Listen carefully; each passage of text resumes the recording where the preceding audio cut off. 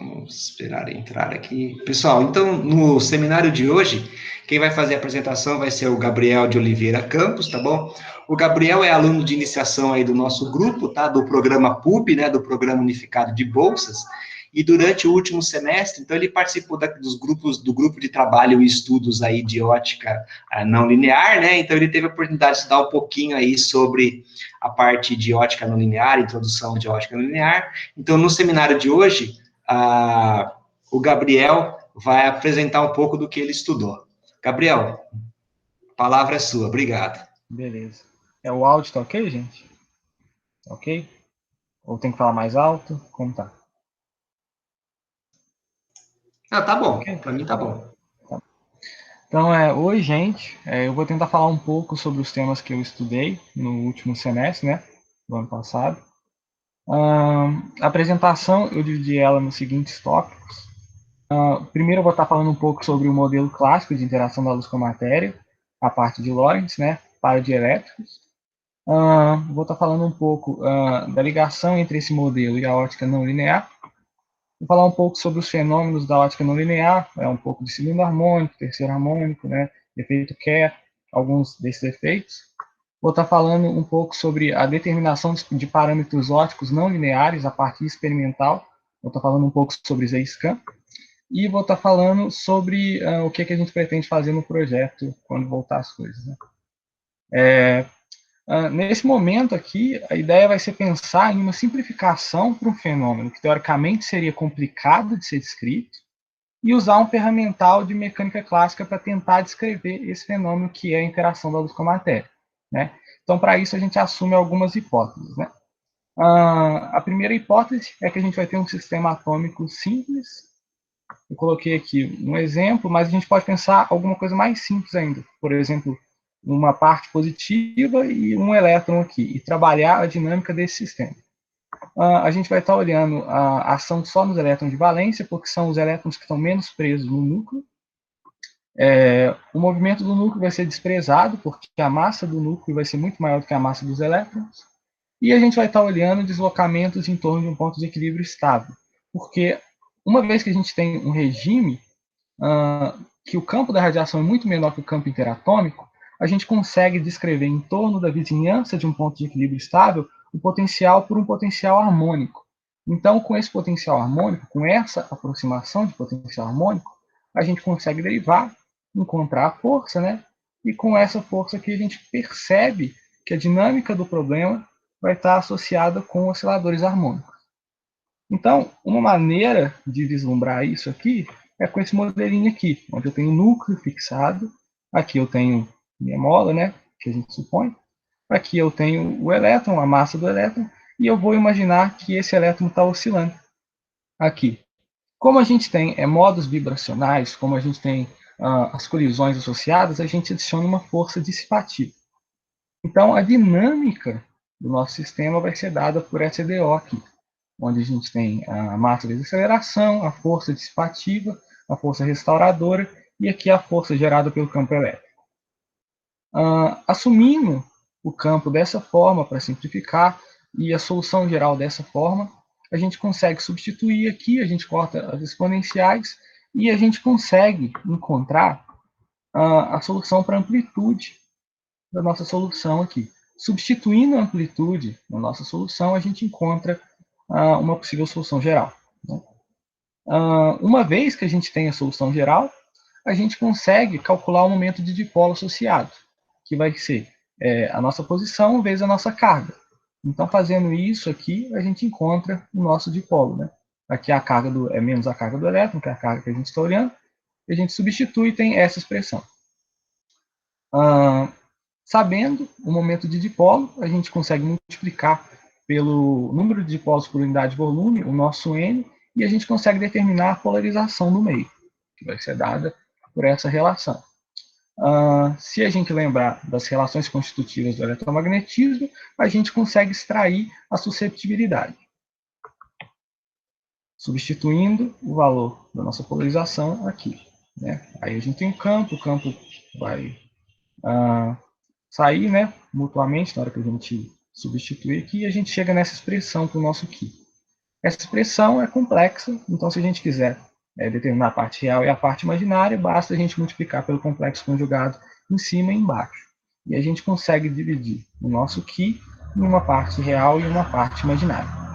Da palestra da semana passada, a gente viu um pouco sobre o modelo de Drude, então a gente sabe que isso aqui vai ter uma unidade associada à frequência, né? Que a gente chama de frequência de plasma. Aí aqui eu coloquei para simplificar. Isso aqui é a nossa frequência de plasma. Tá. Agora é interessante a gente pensar os processos que surgem dessa suscetibilidade elétrica.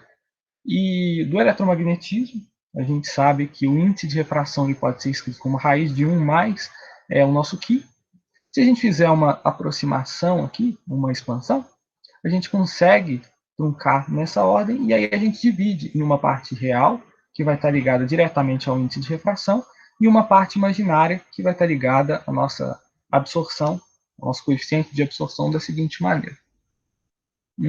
Graficando, né, substituindo, primeiramente, a nossa parte real, né, do que a gente já conhece lá de trás, na expressão daqui de cima, a gente consegue essa expressão, e graficando essa expressão, a gente tem esse comportamento do nosso índice de refração. E a gente vê uma dependência, né? À medida que a frequência aumenta, o nosso índice de refração vai aumentando, tem uma região anômala aqui, e aqui ele retorna a aumentar. Da mesma forma, para a nossa absorção, a gente consegue colocar a parte imaginária, uma expressão aqui, e aí, utilizando essa parte imaginária do Qi, né, a gente consegue chegar nessa expressão e grafica, obtendo esse seguinte comportamento aqui, onde a gente vê que o máximo, o nosso pico, vai estar diretamente com a nossa frequência natural aqui, que é a raiz de KSODM, né, onde é a massa do elétron. Se a gente tiver agora regimes que o campo da radiação é aproximadamente o campo das interações atômicas, né, que os campos interatômicos, a gente já não vai conseguir mais aproximar o nosso sistema por um potencial harmônico. E aí vão surgir correções de ordem superior na nossa EDO, porque quando a gente derivar esse potencial, a gente vai ter adição de novos termos lá. Então, se a gente considerar esse potencial agora nesse tipo de regime, a gente vai ter que escrever essas contribuições, que são de terceira ordem, de quarta ordem, e assim vai, em ordens, né? Se a gente estiver olhando, por exemplo, as contribuições ímpares, né, a gente pode pensar no nosso potencial dessa seguinte maneira. A gente vai ter um desvio da nossa aproximação parabólica aqui, e quando a gente derivar esse desvio, esse potencial não centrosimétrico agora, a gente vai ter uma adição de um termo par na nossa equação, na nossa EDO que descreve o problema. Da mesma forma, se a gente tiver um potencial agora com termos pares aqui, adicionais, a gente vai ter um potencial centrosimétrico, e quando a gente derivar, a gente vai ter adição de termos ímpares no nosso EDO. Então, o problema se resume em resolver agora osciladores anarmônicos, onde a gente vai usar o método da perturbação e tal, e vai conseguir resolver, obter assim, uma aproximação, vamos dizer, para a solução desse tipo de problema. Esse método aqui eu não vou entrar, não vou mostrar como que a gente faz, mas tem o board. O que a gente faz agora é olhar também qual que é o comportamento do potencial nesses regimes aqui de altas intensidades, quando a gente está olhando esses campos bem altos mesmo. E quando a gente estiver nesses campos, a gente também tem a polarização escrita como uma expansão. A gente não vai ter mais a aproximação linear da relação constitutiva do eletromagnetismo valendo. Então, a gente vai ter que colocar mais termos na nossa expansão. E aí, se a gente for escrever essa polarização em termos do nosso Qi e do nosso campo, a gente vai ter a seguinte expressão, onde cada um desses termos aqui vão estar associados a alguns efeitos específicos. Por exemplo, esse aqui a gente viu que estava associado à ótica linear, que é o regime que a gente viu antes com os osciladores harmônicos. Esse aqui vai estar associado a alguns outros efeitos, por exemplo, a geração de segundo harmônico, a retificação óptica, e esse outro, além de outros aqui, tá? e esse outro vai estar ligado à geração de terceiro harmônico, à absorção de dois fótons, ao efeito Kerr, dentre outros. Agora, falando um pouco sobre esses efeitos, né? A geração de segundo harmônico, por exemplo, a ideia é que a incidência de uma luz com frequência ômega sobre um meio com Q2 vai produzir como saída uma luz com o dobro da frequência de entrada. Então, esse esquema aqui mostra muito bem o que eu estou falando.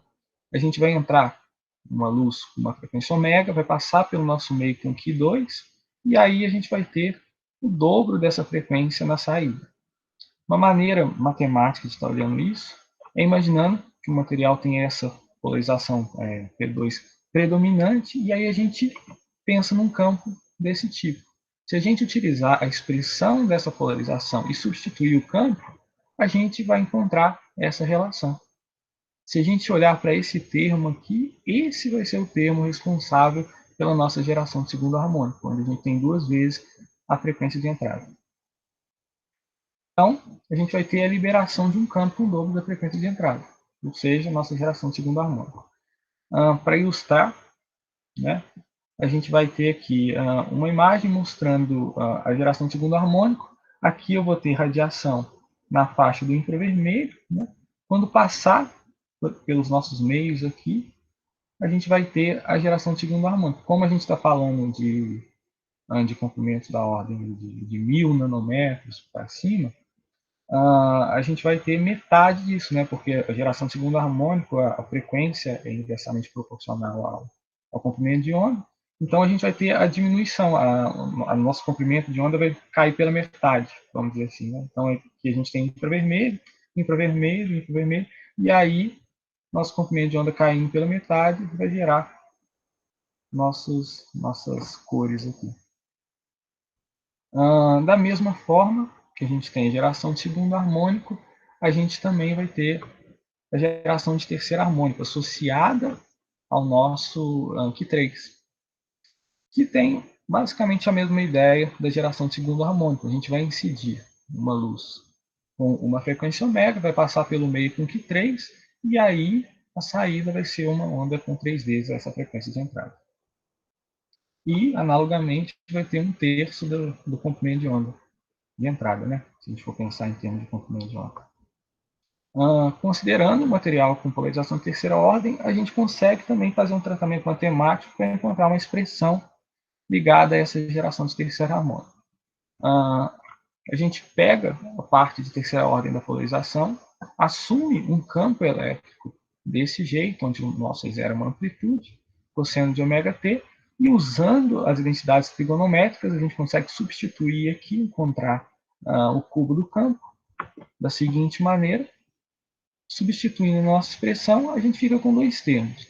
Um termo que está ligado a 3 vezes a nossa frequência ômega e um outro termo que está ligado à nossa frequência ômega. Esse termo que está ligado a 3 vezes a frequência ômega vai ser o termo ligado à nossa geração de terceira harmônica. Então, a gente vai ter uma radiação entrando com uma frequência ômega e saindo com 3 vezes essa frequência.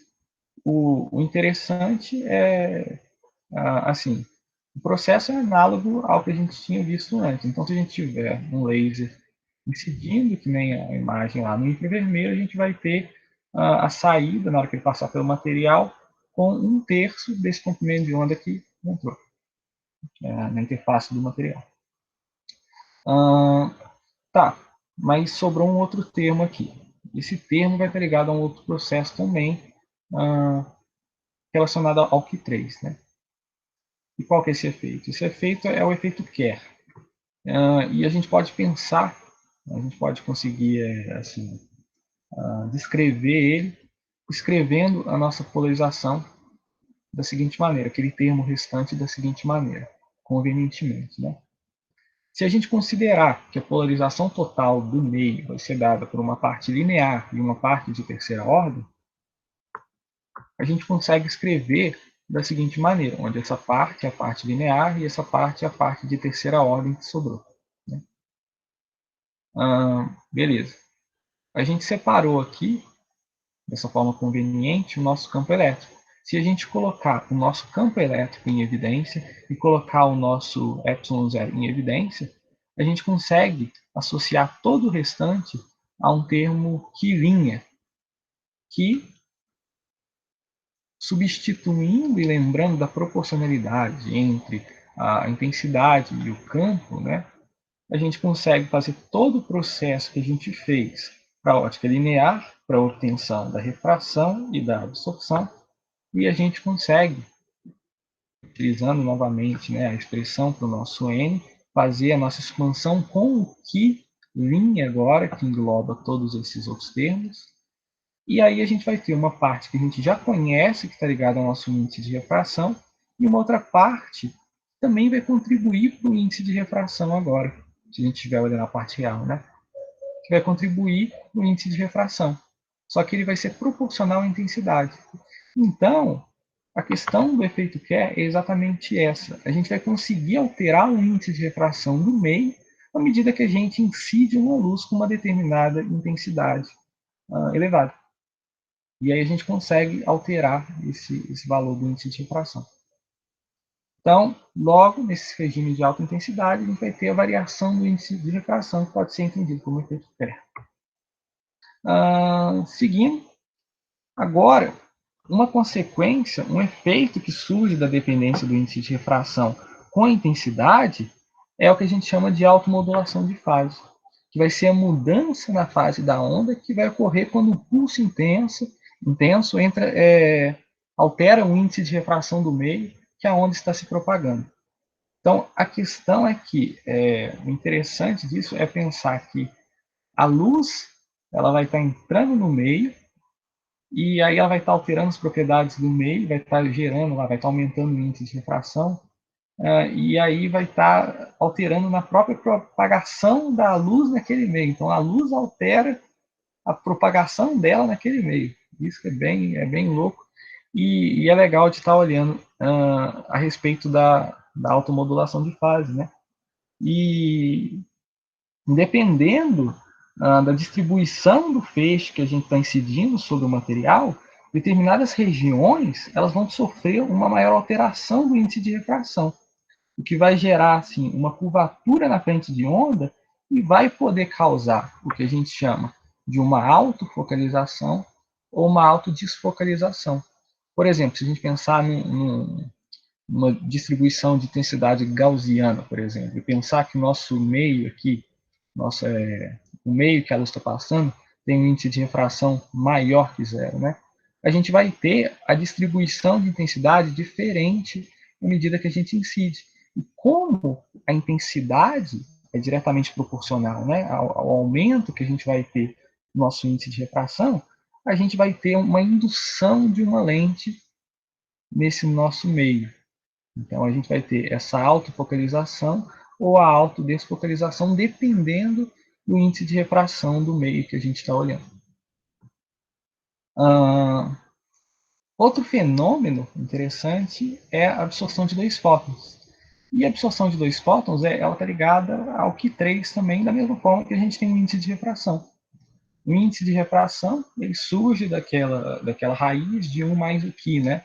Só que a gente sabe lá do regime da ótica linear que a parte real vai estar ligada ao índice de refração mesmo e a parte imaginária vai estar ligada à parte da absorção. Então, se a gente usar aquele Q efetivo e olhar agora a parte imaginária, a gente consegue encontrar uma proporcionalidade também com intensidade. E aí a gente tem esse coeficiente aqui, que é o nosso coeficiente de absorção dos fótons, né? Se a gente for pensar esquematicamente o que seria essa absorção de dois fótons, a gente pode pensar que a gente vai ter dois níveis, né? Um estado fundamental e um estado excitado. E aí o que a gente vai fazer é incidir uma luz no meio, e aí a gente vai conseguir uma transição entre estado fundamental e estado excitado, utilizando metade da frequência que a gente usaria para essa transição diretamente. Então, a gente vai estar, por exemplo, eu acho que uma imagem ilustra mais. Se a gente estiver incidindo aqui um laser, e esse laser está em 500 nanômetros, que seja,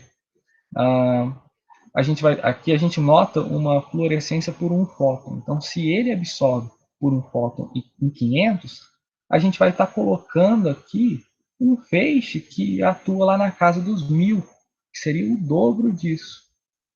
E aí é que está a coisa.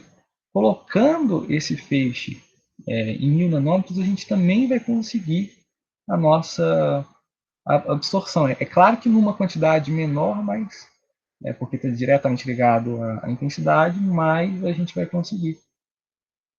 E é basicamente isso, essa que é a ideia geral. Então, a dependência com a intensidade faz com que o fenômeno ocorra muito menos que a absorção de um fóton que a gente vê aqui.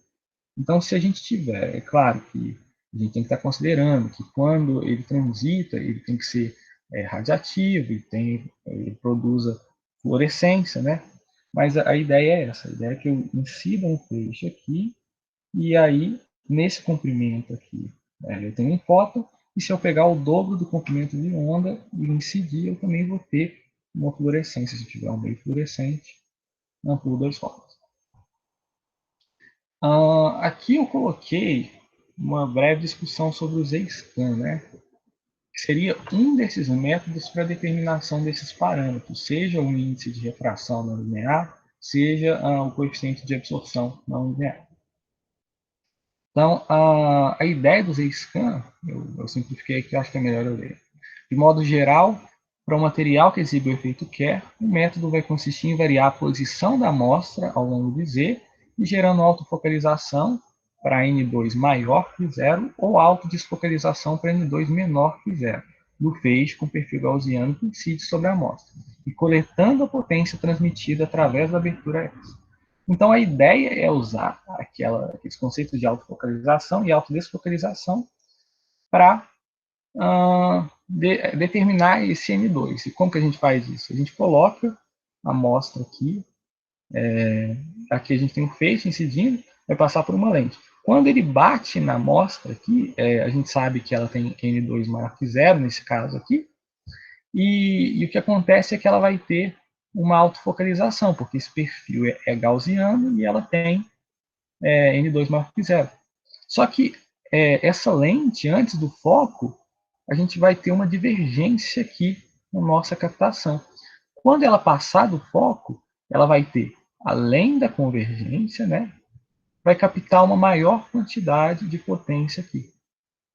Então, a ideia é essa, é captar essa potência aqui nas diferentes posições que a gente vai transitar a nossa amostra. Então, qual o comportamento que a gente espera? A gente espera que, à medida que eu ande com a amostra aqui, eu tenha uma divergência, né? Um aumento da divergência, porque a gente vai estar antes do foco, da maneira que está aqui mesmo. A gente vai ter essa divergência, e à medida que a gente passar do foco, a gente vai ter um momento que a nossa potência captada aqui vai ser máxima, né? Então, a gente vai ter um comportamento parecido com esse aqui, uma queda, e aí depois a gente vai ter um máximo depois que passar de zero. E depois estabiliza se a gente estiver olhando o que a gente chama de transmitância normalizada, que vai desconsiderar esses efeitos lineares que a gente tem para cá. A gente só vai estar interessado nesse ponto da ótica não linear mesmo. Então, se a gente olhar, vai ter essa assinatura, que a gente chama assinatura Z-scan, que é um momento que a gente vai ter um mínimo, né, nossa captação, e depois o máximo.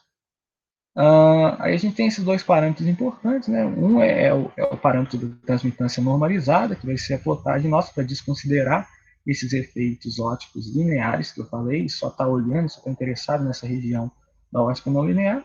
E a gente vai ter esse parâmetro aqui, que é o parâmetro de Rayleigh, que vai fornecer para a gente a cintura do feixe.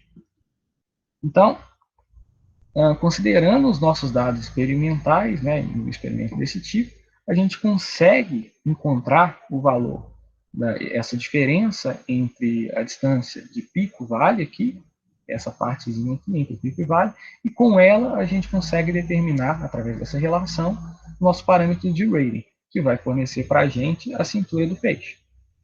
Da mesma forma, a gente consegue determinar essa diferença aqui entre a transmitância do pico e do vale, e a gente consegue determinar o módulo da diferença de fase. Com o módulo da diferença de fase, a gente sabe que o K é 2π sobre lambda, a gente sabe que o L vai ser o comprimento, né, da amostra. Na real, isso aqui é um comprimento efetivo, que envolve absorção também, mas a gente pode pensar como comprimento. Raiz de 2, a gente conhece raiz de 2. Esse zero aqui vai ser a intensidade do laser, que vai ser 2 vezes a potência sobre π vezes a cintura do feixe, que a gente já conhece daqui de cima. Então, a gente tem todos esses parâmetros. Então, vai restar a gente determinar nosso N2, isolando o N2. E aí a gente consegue obter nosso índice de refração N2. Para a parte de absorção de 2 fótons, o que a gente vai fazer é usar basicamente um experimento muito parecido, só que agora colimando toda a luz com uma lente no final. Então a gente pega toda a luz que vai estar passando pelo anteparo, pela amostra, e vai coletar a potência no nosso coletor aqui. Quando a gente fizer isso, em determinados momentos, a gente vai ter uma maior intensidade, aí vai induzir a nossa absorção por 2 fótons, e aí a gente consegue, mais geral, né, falando, vai induzir a nossa absorção não linear, porque engloba mais coisa, e quando a gente passar aqui, então a ideia é, aqui a gente não vai ter muito dessa absorção, porque a intensidade é baixa, à medida que a gente aumenta, a intensidade também aumenta, até chegar no foco, que a intensidade vai ser máxima, então a gente vai ter uma maior absorção desse pico aqui, e depois a gente segue e vai ter a diminuição de novo. Como que a gente encontra os parâmetros? A gente encontra fitando essa curva, e a gente fita essa curva com a seguinte expressão para a transmitância. É claro que a gente está assumindo também que a gente está usando a transmitância normalizada aqui e tal, e que a gente que essa potência aqui também é a potência que eu tinha falado antes, e o comprimento da amostra é esse L também. Então, os parâmetros são conhecidos, então a gente consegue fitar e extrair o valor do nosso beta, que é o coeficiente de absorção não linear. Então, as projeções para o projeto.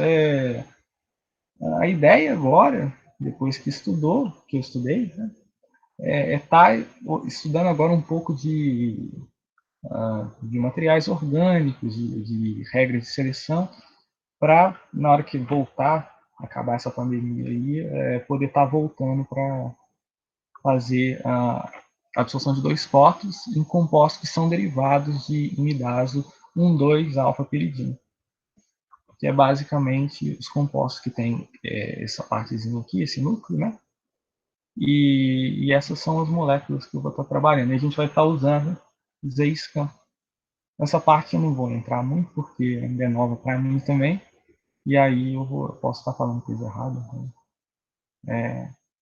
Só isso. Espero que tenha ficado aqui. Não tenha ficado tão ruim. Aí, obrigado, então, Gabriel, pela apresentação. A apresentação foi muito boa. Deixa eu interromper a gravação.